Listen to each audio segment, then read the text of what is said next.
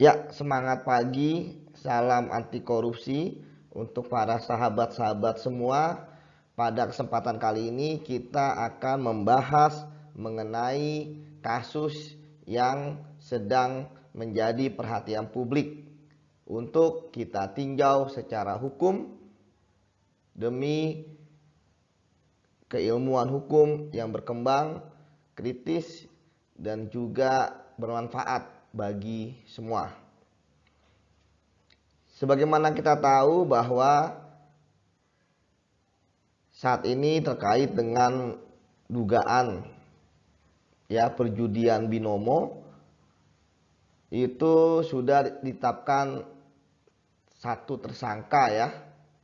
Nah, kita akan coba untuk membedah sangkaannya dari Indra Kents ini seperti apa.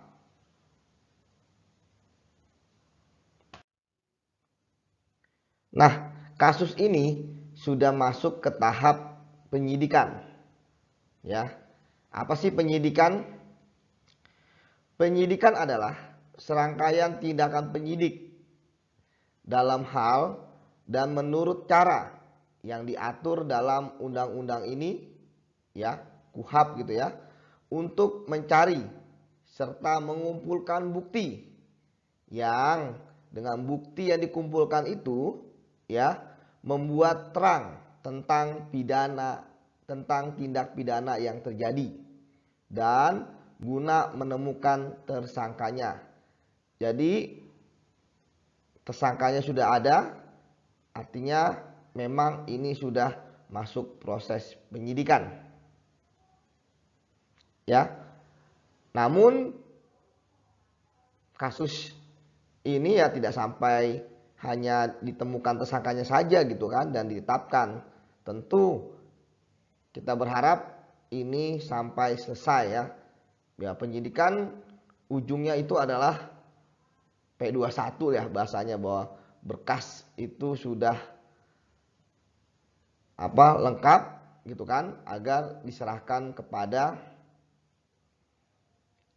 jaksa penuntut umumnya ya, yaitu tersangka dan barang bukti yang nanti didapatkan penyidik pada saat proses penyidikan.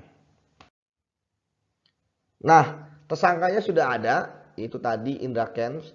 Kenapa dijadikan tersangka gitu kan? Karena pengertian tersangka adalah seseorang yang karena perbuatannya atau keadaannya, jadi ada sesuatu yang dilakukan berdasarkan bukti permulaan ya, berdasarkan bukti permulaan yang didapatkan oleh penyidik patut diduga sebagai pelaku tindak pidana. Jadi tersangka itu masih patut diduga ya, makanya kenapa disebut tersangka, karena dia masih patut diduga ya.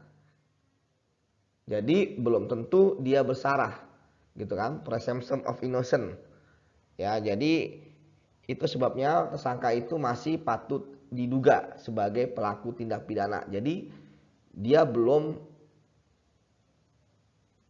menjadi pelaku tindak pidana, masih patut diduga. Nah, bukti permulaan itu apa sih? Ya, secara apa ya namanya ya, tekstual gitu kan, itu tidak ada pengertian bukti permulaan adalah bukti yang didapatkan dari ini dan sebagainya gitu. Tapi ya beberapa ahli gitu kan, ya kemudian keputusan ada Mahkamah Konstitusi juga gitu ya. Ya kita bisa menyitir ya kan, nanti kan ujung dari penyidikan kan setelah pemeriksaan di persidangan tentu kan adanya putusan hakim, di mana putusan hakim kan berdasarkan keyakinannya berdasarkan dua alat bukti yang cukup gitu kan. Ya buktinya itu ya ada di keterangan saksi, keterangan ahli gitu. Nah, ada surat, ada petunjuk, keterangan terdakwa, seperti itu. Jadi bukti permulaannya berarti kan penyidik memeriksa saksi, saksi memberikan keterangan bahwa tersangka pelakunya adalah ini diduga, gitu kan. Ada ahli juga, surat juga, petunjuk juga, keterangan. Di sini kan sebenarnya keterangan terdakwa ya, harusnya kalau di pos penyidikan ya tentu keterangannya keterangan tersangka, seperti itu. Jadi alat bukti yang sah gitu ya, menurut 184 ayat 1 KUHP ya ini, gitu kan. Walaupun kemudian berkembang lagi alat bukti yang mendukung gitu ya, petunjuk ya, misalnya kalau di korupsi kan ada rekaman penyadapan ya, rekaman pembicaraan dalam penyadapan. Nah, sekarang tersangka sudah ditahan. Apa sih yang dimaksud dengan penahanan itu? Ya, penahanan itu adalah penempatan tersangka di tempat tertentu oleh penyidik atau penuntut umum atau hakim dengan penetapannya dalam hal serta menurut cara yang diatur dalam undang-undang ini ya, itu KUHP ya. Misalnya untuk penyidikan di awal itu 20 hari gitu kan. Seperti itu. Dan tempatnya kan kita bisa tahu lah, biasanya kan bisa di rutan gitu kan. Ada tahanan rumah gitu ya, atau tahanan kota gitu. Artinya ya penempatan tersangka lah di tempat tertentu. Jadi dia tidak bebas gitu ya. Karena dijaga pasti gitu.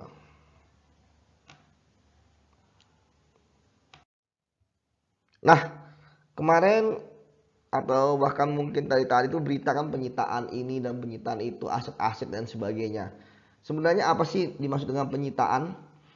Penyitaan itu adalah serangkaian tindakan penyidik untuk mengambil alih ya, dan atau menyimpan di bawah penguasaannya benda bergerak atau tidak bergerak, berwujud atau tidak berwujud untuk kepentingan pembuktian dalam penyidikan, penuntutan dan peradilan.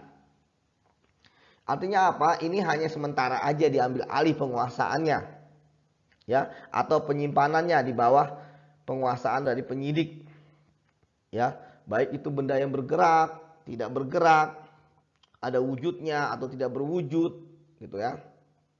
Yang ini semua untuk kepentingan pembuktian. Ya nanti ini kan akan menjadi barang bukti ya yang disita. Seperti itu. Apa aja bisa disita? Pertama itu adalah benda atau tagihan tersangka atau terdakwa yang seluruh atau sebagian diduga diperoleh dari tindak pidana atau sebagian dari tindak pidana. Artinya tidak harus misalnya sebuah mobil ya, itu ketika mau nyita ternyata ada yang dari usaha halal misalnya 30% gitu kan, yang sah gitu kan. Ada 70% dari tindak pidana, yaitu nanti akan ada hitungannya gitu. Artinya bahwa ketika itu bukan hasil dari tindak pidana ya tidak bisa dilakukan perampasan nanti gitu ya. Ya bisa nanti ketika dilelang ya dibagi gitu kan, atau kemudian atas etikat baik ya mobil itu dibeli oleh orang yang memiliki ya sebagai penting juga gitu kan, karena kan takutnya nanti mobil nilainya susut dan sebagainya gitu. Kemudian benda yang telah dipergunakan secara langsung melakukan tindak pidana atau untuk mempersiapkan tindak pidananya ya. Bisa juga ini kalau misalnya kejahatan-kejahatan kerah putih ya dokumen-dokumen gitu kan, atau laptop gitu kan, yang dipergunakan untuk melakukan tindak pidana. Bahkan benda yang dipergunakan untuk menghalang-halangi penyidikan tindak pidana ya bisa disita juga gitu ya. Jadi bukan hanya terkait dengan peristiwanya pidana itu yang disidik, ketika ada benda yang untuk menghalang-halangi penyidikan ya itu bisa juga disita ya. Kemudian benda yang khusus dibuat atau diperuntukkan melakukan tindak pidana. Benda lain yang mempunyai hubungan langsung dengan tindak pidana. Jadi ketika kita lihat aset-aset disita, ya tentu penyidik ketika melakukan penyitaan dasarnya ini, bahwa pasti ada kaitannya dengan tindak pidana yang sedang disidik, ya. Nah, nanti apakah itu kemudian akhirnya dirampas, itu nanti prosesnya gitu kan. Tentu dari tersangka dan kemudian nanti kalau di pengadilan jadi terdakwa, dia akan membuktikan bahwa itu adalah milik dia berdasarkan hasil yang sah, penghasilan yang sah dan sebagainya. Jadi belum tentu ketika ada barang yang disita itu otomatis nanti akan dirampas ya, panjang gitu kan. Dan ketika ada satu misalnya barang bukti yang disita, ya maka penyidik harus membunyikan lah bahasanya barang bukti itu, ya. Misalnya dengan memanggil saksi yang mengetahui bahwa itu adalah benar barang bukti yang tidak, misalnya mobil yang dibeli dari hasil penipuan misalnya, atau kemudian juga ada dokumen atau kontrak ya yang berkaitan bahwa itu dibeli oleh si X gitu kan. Kemudian atau juga misalnya dipanggil lah saksi dari pihak dealer misalnya, atau kalau rumah developer gitu. Ya jadi memang harus satu barang bukti ya, apalagi berupa aset yang disita, itu pembuktiannya harus keterangan untuk memperkuat itu nanti dirampas atau hasil kejahatan itu harus benar-benar kuat gitu kan, supaya tadi penyidik nggak sia-sia untuk melakukan penyitaan terhadap benda tersebut gitu kan.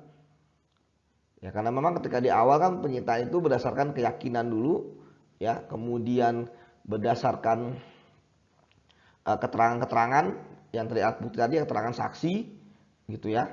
Kemudian juga paling penting kan ini, kalau punya data PPATK tentang aliran dana, nah itu kan lebih mudah seperti itu.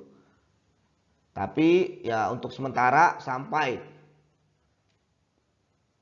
pembuktiannya lengkap terhadap aset itu, yaitu perlu disita oleh penyidik agar tadi tidak dilarikan oleh orang, misalnya kalau mobil disembunyikan ya kan, ataupun juga bahkan dihilangkan ataupun juga dibakar misalnya gitu. Jadi harus diamankan dulu untuk sementara di tangan penyidik, dalam tanda kutip seperti itu. Nah, kemarin kita lihat ya sangkaannya terhadap Indra Kents itu seperti apa sih ya. Oleh penyidik ya disangkakan pertama itu berdasarkan undang-undang IT ya, informasi dan transaksi elektronik. Di situ ada pasal 45 ayat 2 junto pasal 27 ayat 2 dan atau pasal 45 ayat 1 junto pasal 28 ayat 1 Undang-Undang nomor 19 tahun 2016 tentang perubahan atas Undang-Undang nomor 11 tahun 2018 tentang informasi dan transaksi elektronik ya. Kemudian yang kedua itu ada pasal TPPU juga ya. Itu ada pasal 3, pasal 5 dan pasal 10 Undang-Undang nomor 8 tahun 2010 tentang pencegahan dan pemberantasan tindak pidana pencucian uang ya. Kemudian di KUHP-nya pun juga ada pasal 378 KUHP junto pasal 55 KUHP. Nah, nanti kita akan memperjelas pasal ini bunyinya apa aja gitu kan.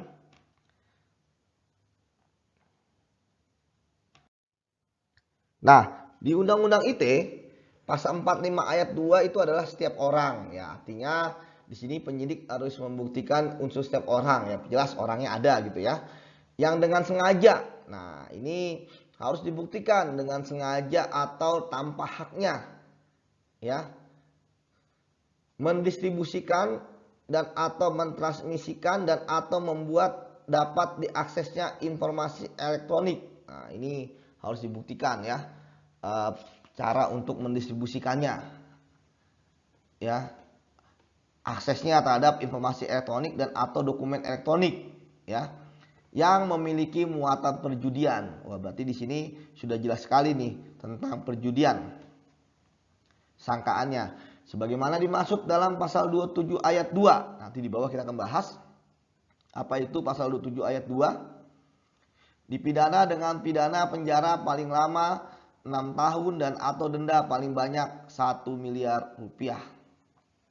Berarti yang melakukan nanti tindak pidana pasal 27 ayat 2, dia pidana paling lama 6 tahun dan paling banyak 1 miliar. Pasal 27 ayat 2, setiap orang, ya dibuktikan setiap orang dengan sengaja dan tanpa hak mendistribusikan dan atau mentransmisikan dan atau membuat dapat diaksesnya informasi elektronik dan atau dokumen elektronik yang memiliki muatan perjudian. Nah, itu penyidik harus membuktikan bahwa itu adalah perjudian.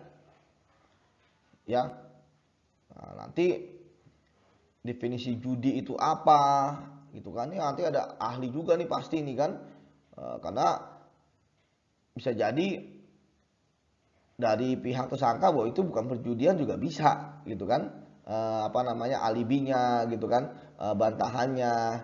Jadi definisi perjudian ini harus diperkuat, alat buktinya harus ada, keterangan saksi, dokumen bahwa itu adalah perjudian. Ya.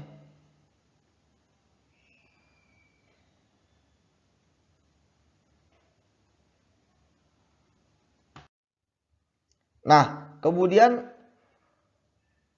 pasal 45 ayat 1 ya. Itu setiap orang dengan sengaja atau dan tanpa hak menyebarkan berita bohong dan menyesatkan yang mengakibatkan kerugian konsumen dalam transaksi elektronik sebagaimana dimaksud dalam pasal 28 ayat 1, dipidana dengan pidana penjara paling lama 6 tahun dan atau denda paling banyak 1 miliar rupiah.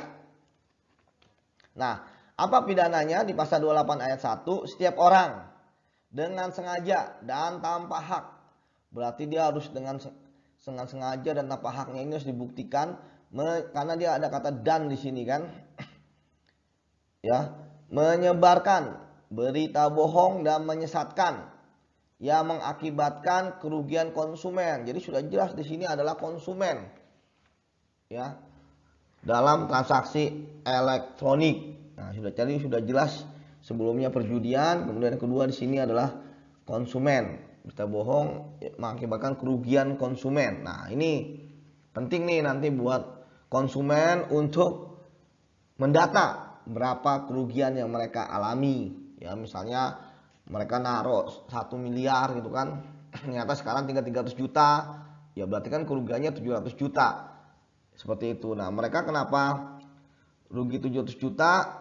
Ya tadi, karena mereka percaya ya terhadap orang ini ya, unsur setiap orang dia percaya gitu kan, sehingga dia rugi gitu. Karena kalau misalnya orang tersebut memberikan berita yang benar ya tentu orang konsumen ya tidak mengalami kerugian seperti itu.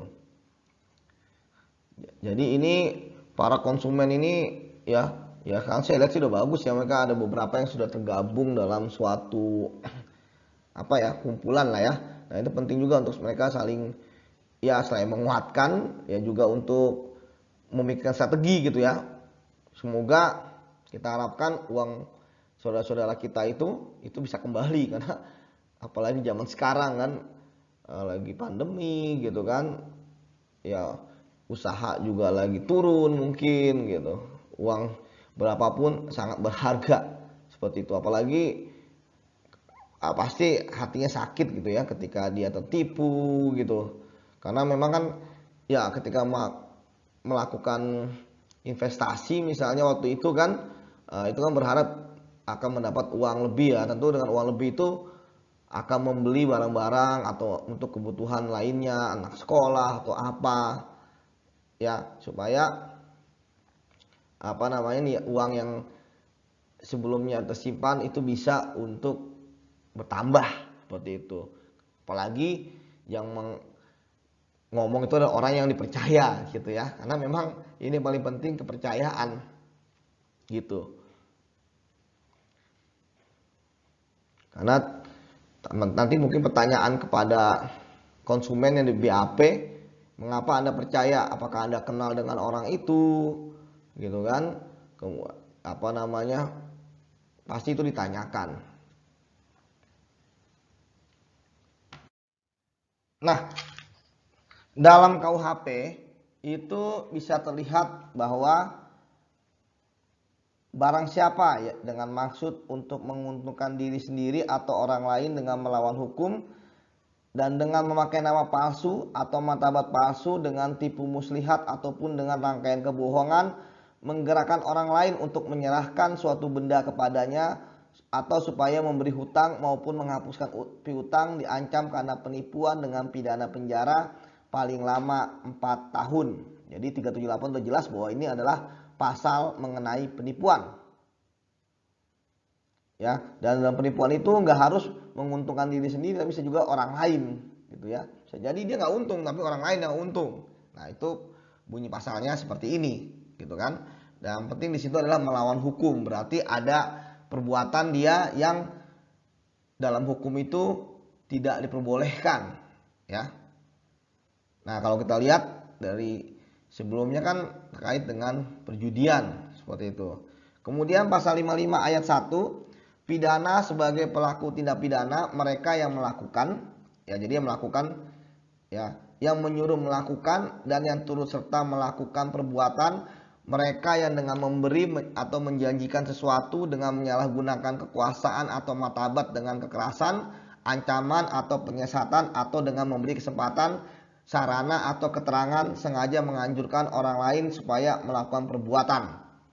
Nah, artinya ya dengan pasal 55 ayat 1 ini bisa jadi pelakunya bisa bertambah, ya nanti tergantung penyidikan.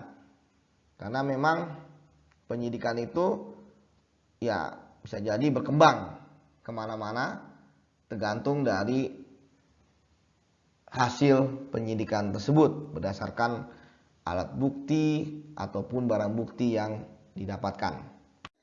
Nah, kemudian ada juga sangkaan mengenai undang-undang tindak pidana pencucian uang, ya. Ya mengapa kena TPPU? Karena salah satu tindak pidana asal dalam TPPU adalah hasil tindak pidana yang harta kekayaannya diperoleh dari tindak pidana penipuan. Jadi kenapa Indaken bisa juga disangkakan dengan undang-undang TPPU? Karena penipuan, tindak pidana penipuan masuk dalam kejahatan asal dari undang-undang TPPU. Di situ ada pasal 3 ya.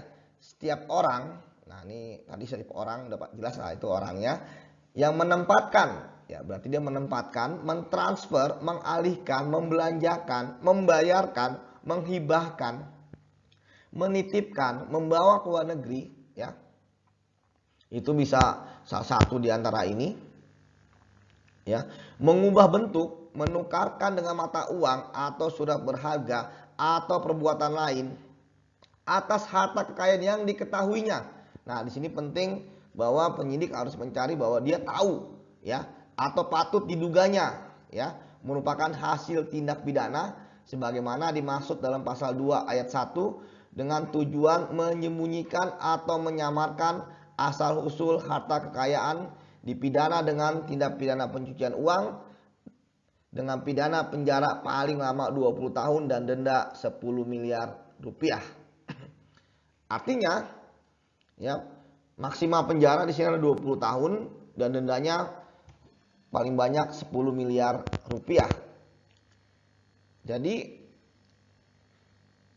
di sini penyidik harus membuktikan perbuatan-perbuatannya yang ada di sini kan, mulai dari dia menempatkan, mentransfer, mengalihkan, membelanjakan. Jadi ketika ada uang hasil tindak pidananya itu dibelanjakan, nah itu sudah voltoid lah, sudah lengkap gitu kan. Nah, harus dibuktikan tuh. Ya, tadi ada saksi, ada keterangan keterangan dari misalnya kalau ada uang untuk membeli rumah atau bahwa itu hasil uangnya adalah dari tindak pidana, ya itu harus benar-benar dibuktikan ya, harus kuat lah. Ya minimal harus ada 2 saksi misalnya supaya kuat. Supaya jangan sampai nanti dicabut keterangan, ya itu yang paling penting gitu kan. Penyidikan itu juga ada strategi gitu. Semakin banyak orang yang diperiksa untuk memperkuat pembuktian gitu kan, ketika nanti suatu waktu misalnya kalau hanya mengandalkan 2 nanti mereka mencabut atau apa, ya itu kan bisa kita bisa kurang buktinya seperti itu. Nah, digunakan juga di pasal 5, ya disangkakan juga setiap orang yang menerima atau menguasai penempatan, ya ini berarti siapa yang menerima uang hasil kejahatan tadi ya bisa kena juga di sini. Menerima atau menguasai penempatan, pentransferan, pembayaran hibah, sumbangan, penitipan, penukaran atau penggunaan harta kekayaan. Jadi menggunakan harta kekayaan tadi. Nah, ini yang paling penting. Yang diketahuinya atau patut diduganya merupakan hasil tindak pidana. Jadi penyidik harus membuktikan ini selain perbuatan-perbuatan tadi. Bisa jadi dia menerima uang gitu kan, tapi dia nggak tahu gitu kan, karena mungkin nilainya itu nggak besar gitu ya. Tapi bisa juga ada yang besar juga, ya pura-pura nggak tahu Pak. Ya, padahal kayaknya di sini ada kalimat patut diduga. Anda terima uang sebanyak itu buat apa? Anda kerjanya apa? Nah itu bisa gitu. Anda menghasilkan apa? Jasanya misalnya dia pakai jasanya apa? Ya kan nggak mungkin orang tiba-tiba dikasih 20 miliar, 30 miliar, jasanya hanya ngobrol 2 jam gitu kan? Ataupun apa namanya? Di sini kan misalnya perusahaan gitu kan nggak menghasilkan, tapi tiba-tiba untung terus. Nah itu kan curiga. Makanya nanti penyidik misalnya harus punya pajak tuh dari perusahaan-perusahaan itu gitu kan ada kelihatan. Oh perusahaan anda aja istilahnya pajak minta nihil gitu kan, karena tidak ada tidak ada pemasukan gitu ya. Minta eh, tapi tak tahu ada 30 miliar gitu kan. Nah itu kan harusnya patut diduga gitu. Tapi ya setidaknya disinilah dalam penyidikan memahami apa yang dinamakan bahwa ada sesuatu hal yang wajar, kemudian tidak ada yang tidak wajar, seperti itu. Jadi misalnya dia bikin kamuflase gitu kan, layering restoran, nggak ada yang beli misalnya, tapi ternyata tiap tahun bisa untung 20 miliar 30 miliar gitu kan, entah dari mana gitu ya, ternyata kan hasilnya dari tindak pidana. Kemudian pasal 10, setiap orang yang berada di dalam atau di luar wilayah NKRI ya, Negara Kesatuan Republik Indonesia, yang turut serta. Jadi nah ini melakukan percobaan, pembantuan atau pemufakatan jahat untuk melakukan tindak pidana ya, pencucian uang dipidana dengan pidana yang sama ya. Jadi kalau dia terus sertanya itu mencoba mencuci uang, bantuin doang, atau ikut pemufakatan jahat, ya dia nilainya sama dengan orang yang kena tindak pidana pencucian uang gitu kan. Kayak tadi pasal yang sebelumnya kan itu maksimal 20 tahun. Nah kalau yang ini paling lama 5 tahun gitu. Jadi beratan yang pertama tadi, hukum pidana maksimal untuk penjaranya, bahkan denda juga banyak yang tadi ya. Nah sekali lagi, tersangka itu belum tentu dia bersalah ya, prosesnya masih panjang, nanti akan di-challenge juga di pengadilan gitu kan, bahkan nanti sampai ada banding gitu kan, kasasi, sampai nanti mempunyai kekuatan hukum tetap. Oleh sebab itu kita harus mempunyai asas praduga tak bersalah gitu ya. Asas tersebut adalah asas bagi setiap seorang yang disangka, ditahan, dituntut ya. Bahkan nanti dia masih jadi terdakwa pun ya dituntut dan atau di hadapan di muka pengadilan ya. Nah, kita harus wajib menganggap dia tidak bersalah sampai dengan adanya putusan pengadilan yang menyatakan kesalahannya dan memperoleh kekuatan hukum tetap atau ingkrah. Oke, itu pembahasannya ya, terkait dengan kasus binomo ya, dengan satu tersangka yaitu Indah Kents.